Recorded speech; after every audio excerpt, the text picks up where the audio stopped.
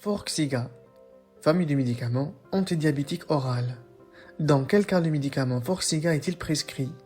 Ce médicament est un antidiabétique oral qui appartient à la famille des glyphosines, également appelé inhibiteur du cotransporteur du sodium-glucose de type 2. Il diminue le taux de sucre dans le sang en favorisant l'élimination de glucose par les reins. Il agit indépendamment de la sécrétion d'insuline.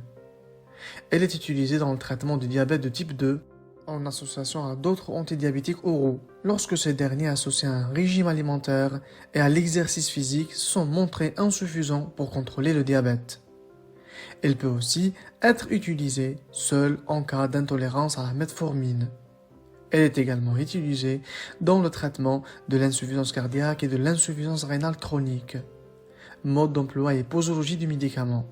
Les comprimés peuvent être pris au cours ou en dehors des repas à tout moment de la journée.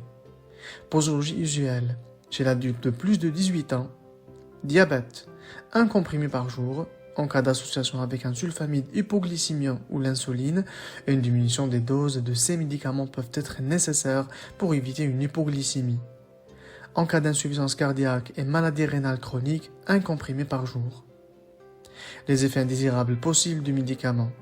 Très fréquent, une hypoglycémie, quand il est associé à un sulfamide hypoglycémiant.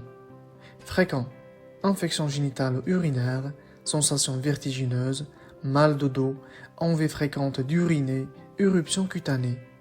Peu fréquent, constipation, bouche sèche, démangeaison génitale, perte de poids.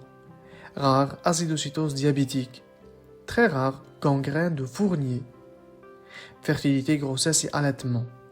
Pour la grossesse, un diabète mal équilibré peut être néfaste pour l'enfant à naître.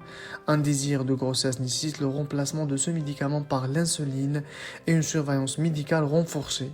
Si une grossesse survient alors que vous êtes encore sous traitement antidiabétique oral, consultez rapidement votre médecin pour un passage à l'insuline injectable. Allaitement. Les données disponibles ne permettent pas de savoir si le médicament passe dans le lait maternel.